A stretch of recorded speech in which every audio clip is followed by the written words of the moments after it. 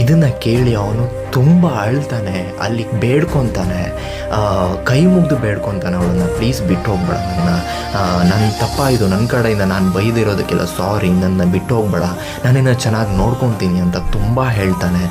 ಆದರೂ ಕೂಡ ಅವಳು ಕೇಳೋ ಪರಿಸ್ಥಿತಿಯಲ್ಲಿ ಇರೋದಿಲ್ಲ, ಬಿಟ್ಟು ಹೋಗ್ತಾ ಇರ್ತಾಳೆ. ಅದಾದ ನಂತರ ಇವನು ಕೂತ್ಕೊಂಡು ಥಿಂಕ್ ಮಾಡ್ತಾನೆ, ಆಯಿತು ಅವನ ಮನೆಯವ್ರಿಗಾದರೂ ಹೇಳಿ ಬರೋಣ, ತನ್ನ ಮಗನಿಗೆ ಹೇಳಿ ಬುದ್ಧಿ ಹೇಳಿ ಅಂತ. ಕೊನೆಗೆ ಅವನ ಮನೆ ಅಡ್ರೆಸ್ಸನ್ನು ತಗೊಂಡು ಹೇಗೋ ಕಲೆಕ್ಟ್ ಮಾಡಿ ಅವನ ಮನೆಗೆ ತನ್ನ ಫ್ರೆಂಡನ್ನು ಕರ್ಕೊಂಡು ಹೋಗ್ತಾನೆ. ಆ ದಿನ ನಡೆದಿರೋ ಘಟನೆನ ತನ್ನ ಫ್ರೆಂಡ್ಗೆ ಕಾಲ್ ಮಾಡಿ ಎಲ್ಲನೂ ಹೇಳ್ತಾನೆ.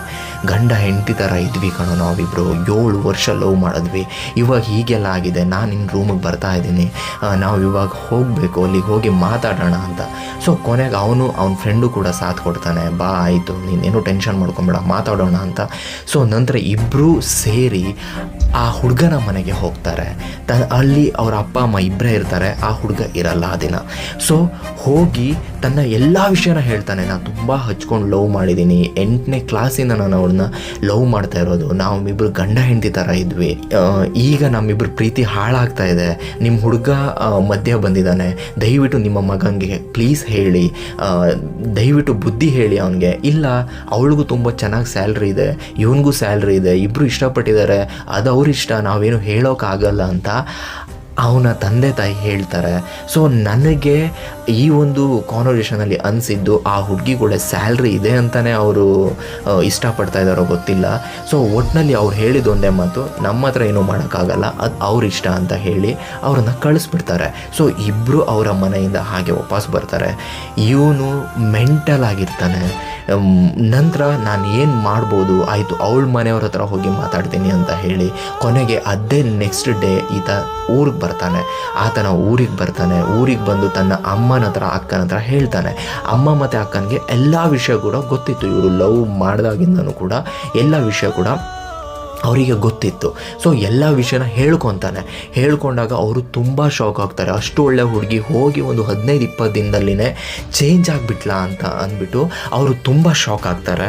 ಅದಾದ ನಂತರ ತನ್ನ ಫ್ರೆಂಡಿಗೆ ಹೇಳಿ ಅವರಿಬ್ಬರು ಅವನು ಮತ್ತು ಅವನ ಫ್ರೆಂಡು ಸೇರಿ ಅವರ ಮನೆಗೆ ಹೋಗ್ತಾರೆ. ಮನೆಗೆ ಹೋಗಿ ಆ ಮನೆಯಲ್ಲಿ ಅವರು ದೊಡ್ಡ ಮನೆ ಮೇಯ್ನ್ ಒಂದು ಒಳ್ಳೆ ಮನೆತನ. ಸೊ ಊರಿಗೆ ಆ ಒಂದು ಊರಲ್ಲಿ ಅವರಿಗೆ ಒಳ್ಳೆ ಹೆಸರು ಕೂಡ ಇದೆ. ದೊಡ್ಡಮ್ಮಗೆ ಒಬ್ಬರು ಅವ್ರಿಗೆ ಮಗ ಇದ್ದಾನೆ. ಸೊ ಅಂದರೆ ಇವಳಿಗೆ ಅಣ್ಣ ಆಗ್ತಾನೆ ಅವನು. ಸೊ ಇಬ್ಬರೂ ಕೂಡ ಅವರ ಮನೆಗೆ ಹೋಗ್ತಾರೆ. ಹೋಗಿ ಸ್ವಲ್ಪ ಪರ್ಸ್ನಲ್ ಆಗಿ ಮಾತಾಡಬೇಕಿತ್ತು ಅಂತ ಹೇಳಿ ಅವರ ಒಂದು ಮನೆಯ ರೂಮಲ್ಲಿ ಕೂತ್ಕೊಂಡು ಮಾತಾಡ್ತಾರೆ. ಎಲ್ಲ ವಿಷಯನ ಹೇಳ್ತಾನೆ. 8ನೇ ಕ್ಲಾಸಿಂದ ನಡೆದಿರೋವಂಥದ್ದು ಇಲ್ಲಿವರೆಗೂ ಏನೇನಾಯಿತು, ಇವಾಗ ಅವಳ ಮಧ್ಯೆ ಬಂದಿರೋ ಹುಡುಗ, ಎಲ್ಲ ಕಥೆನೂ ಕೂಡ ಈತ ಎಲ್ಲನೂ ಹೇಳ್ತಾನೆ. ಅವರು ಕೂಡ ಆಯಿತು ನೀನು ಟೆನ್ಷನ್ ಮಾಡ್ಕೊಬೇಡ, ನಾವು ಮಾತಾಡ್ತೀವಿ, ಅವಳು ನಾಳೆ ಕೂಡ ಬರ್ತಾಳೆ ಊರಿಗೆ, ಎಲ್ಲರೂ ಸೇರಿ ಫೇಸ್ ಟು ಫೇಸ್ ಮಾತಾಡೋಣ ಅಂತ ಹೇಳಿ ಸಮಾಧಾನವಾಗಿಯೇ ಅವರನ್ನು ಅಲ್ಲಿಂದ ಕಳಿಸ್ತಾರೆ. ನಂತರ ನೆಕ್ಸ್ಟ್ ಡೇ ಅವಳು ಊರಿಗೆ ಬರ್ತಾಳೆ. ಒಂದು ಜಾಗಕ್ಕೆ ಬರೋಕ್ಕೆ ಹೇಳ್ತಾರೆ ಇವರಿಬ್ಬರು ಹುಡುಗರನ್ನು. ಇವರಿಬ್ಬರು ಕೂಡ ಆ ಒಂದು ಜಾಗಕ್ಕೆ ಹೋಗ್ತಾರೆ. ಹೋಗಿದ ತಕ್ಷಣ ದೊಡ್ಡಮ್ಮ, ಅವಳು ಅಣ್ಣ ಹಾಗೂ ಮತ್ತೆ ಇನ್ನಿಬ್ರು ಇರ್ತಾಳೆ. ಸೊ ಅವಳ ತಂದೆ ತಾಯಿ ಇರಲ್ಲ ಅವಳಿಗೆ. ಅವಳ ತಂದೆ ಚಿಕ್ಕ ವಯಸ್ಸಲ್ಲಿ ತೀರ್ಕೊಂಡಿರ್ತಾಳೆ. ಆದರೆ ಅವರ ಮದರ್ ತುಂಬ ಆರೋಗ್ಯ ಇಶ್ಯೂಸಿಂದ ಸ್ವಲ್ಪ ಸಮಯದ ಹಿಂದೆ ಡೆತ್ ಆಗಿರ್ತಾರೆ. ಆದರೆ ಆ ಅಮ್ಮಗೂ ಗೊತ್ತು ಇವಳು ಪ್ರೀತಿಸಿದ ಹುಡುಗ ಇವನೇ ಅಂತ. ಆದರೆ ಇವಾಗ ಅವರಿಲ್ಲ ಅಲ್ವಾ. ಸೊ ಆ ಒಂದು ದಿನ ಅವರಲ್ಲಿಗೆ ಎಂಟರ್ ಆಗ್ತಾರೆ ಆ ಒಂದು ಜಾಗಕ್ಕೆ. ಅಲ್ಲಿ ಫುಲ್ ನೆಗೆಟಿವೇ ಆಗುತ್ತೆ, ಇವನ ಪರ ನೆಗೆಟಿವೇ ನಡೆಯುತ್ತೆ. ಬಿಕಾಸ್ ಇವಳು ಎಲ್ಲನೂ ಕೆಟ್ಟದಾಗೆ ಹೇಳಿರ್ತಾಳೆ. ಇವನು ನನಗೆ ಕೆಟ್ಟ ಪದದಲ್ಲಿ ಬೈತಿದ್ದು, ಮನೆಯವ್ರಿಗೆ ಬೈದಿದ್ದು, ಮನೆಗೆ ಬೈದಿದ್ದು ಎಲ್ಲನೂ ಕೂಡ ತುಂಬ ಕೆಟ್ಟದಾಗಿಯೇ ಇವನ ಬಗ್ಗೆ ಎಷ್ಟು ಕೆಟ್ಟದಾಗಿ ಹೇಳ್ಬೋದು ಅಷ್ಟು ಕೆಟ್ಟದಾಗಿ ಅವಳು ಹೇಳಿರ್ತಾಳೆ. ಸೊ ಇದನ್ನೆಲ್ಲ ಕೇಳಿ ಅವರು ದೊಡ್ಡಮ್ಮ, ಅವ್ರ ಅಣ್ಣ ಎಲ್ಲರೂ ನಿನ್ನಂಥವನು ಅಂತ ಅಂದ್ಬಿಟ್ಟು ತುಂಬ ಕೆಟ್ಟದಾಗಿ ಬೈದು ಅವನಿಗೆ ಹೊಡೆಯೋಕ್ಕೆ ಕೂಡ ಮುಂದಾಗ್ತಾರೆ. ಸೊ ಬಟ್ ಕೈ ಮಾಡಲ್ಲ. ಅದಾದ ನಂತರ ಅಲ್ಲೂ ಕೂಡ ಇವನಿಗೆ ಏನೂ ಮಾತಾಡೋಕ್ಕೆ ಅವಕಾಶನೇ ಇರಲ್ಲ. ಅಲ್ಲಿಂದ ಕೂಡ ಈತ ಹೊರಗಡೆ ಬರ್ತಾನೆ. ಇಷ್ಟೆಲ್ಲ ಆದಮೇಲೆ ಅಲ್ಲೂ ಕೂಡ ಇವನಿಗೆ ನ್ಯಾಯ ಸಿಗಲಿಲ್ಲ. ಅಲ್ಲೂ ಅವ್ರು ಬೈದೇ ಕಳಿಸಿದ್ರು. ಆದರೆ ಇಲ್ಲೊಂದು ತುಂಬ ಬೇಜಾರಿನ ಸಂಗತಿ ಏನಂದರೆ, ಅವಳ ಅಣ್ಣ ಸ್ವಲ್ಪ ಸಮಯದ ಹಿಂದೆ ತನ್ನ ಹೆಂಡತಿಯನ್ನು ಕಳೆದುಕೊಂಡಿರ್ತಾರೆ.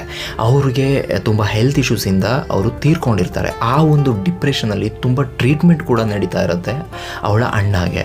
ಸೊ ಅದರ ನಡುವೆ ಇದೊಂದು ಸೇರ್ಕೊಂಡ್ಬಿಟ್ಟಿರುತ್ತಲ್ವ.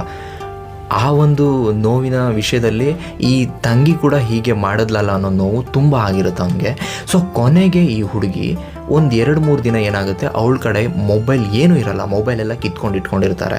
ಹೇಗೋ ಅವರ ಮನೆ ಕೆಲಸದವ್ರನ್ನ ಮೊಬೈಲನ್ನು ಯೂಸ್ ಮಾಡಿ ಪುನಃ ಇವನಿಗೆ ಕಾಲ್ ಮಾಡಿರ್ತಾಳೆ. ಕಾಲ್ ಮಾಡಿ ಸಾರಿ, ಆಗಿರೋದಕ್ಕೆ ಸಾರಿ, ನನ್ನ ಕಡೆಯಿಂದ ತಪ್ಪಾಯಿತು ಅಂತ ಹೇಳಿ ನನಗೊಂದು ಮೊಬೈಲ್ ಬೇಕಿತ್ತು, ದಯವಿಟ್ಟು ಅರೇಂಜ್ ಮಾಡು ಅಂತ ಹೇಳ್ತಾಳೆ. ಇವನು ಅದನ್ನು ನಂಬಿ ತನ್ನ ಯಾವುದೋ ಒಂದು ಮೊಬೈಲ್ ತೊಗೊಂಡೋಗಿ ಕೊಟ್ಟಿರ್ತಾನೆ. ಸೊ ಕೊನೆಗೆ ಅವ್ರ ಕಡೆಯಿಂದ ಯಾವುದೇ ಒಂದು ಮೆಸೇಜ್ ಕಾಲ್ ಏನೂ ಬರಲ್ಲ. ಕೊನೆಗೆ ಸ್ವಲ್ಪ ಸಮಯದ ನಂತರ ಇವಳು ಬೆಂಗಳೂರಿಗೆ ಹೋಗ್ತಾಳೆ. ಹೋಗಿ ಖಾಲಿ 15-20 ಡೇಸಲ್ಲಿ ಅವನ ಮದುವೆ ಕೂಡ ಆಗ್ತಾಳೆ. ಮೀನ್ಸ್ ಅವಳ ಟೀಮ್ ಲೀಡರ್ನ ಮದುವೆನೂ ಆಗ್ತಾಳೆ.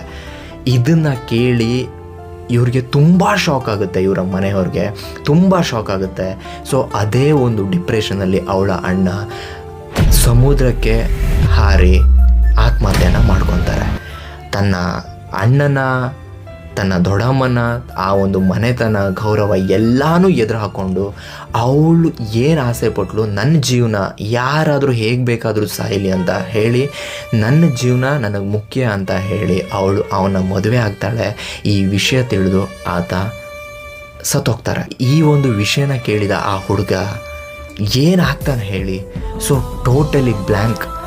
ಇದರಲ್ಲಿ ಅವನು ಏನು ತಪ್ಪು, ಅವಳಿಗೆ ಬೈದಿದ್ದು ತಪ್ಪ, ಅವಳನ್ನ ರಿಸ್ಟ್ರಿಕ್ಟ್ ಮಾಡಿದ ತಪ್ಪ, ಅನುಮಾನಿಸಿದ್ದೇ ತಪ್ಪ, ಇಲ್ಲಿ ಯಾರ ತಪ್ಪು ಯಾರ ಸರಿ ಅಂತ ನಿಮ್ಮ ಅಭಿಪ್ರಾಯನ ನನಗೆ ತಿಳಿಸಿ.